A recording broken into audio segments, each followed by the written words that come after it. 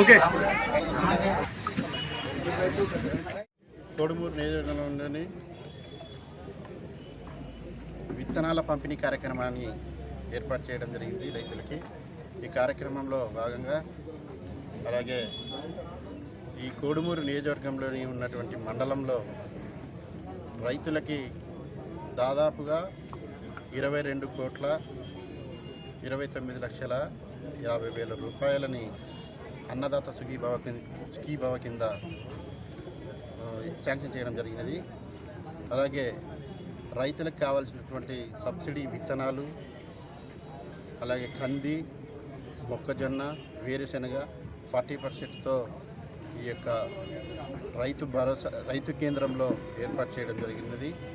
అలాగే సబ్సిడీ మద్దతు ధర వచ్చేసి మన యొక్క గవర్నమెంటు వరి, మొక్కజొన్న, పత్తికి ఇవ్వడం జరిగింది. అలాగే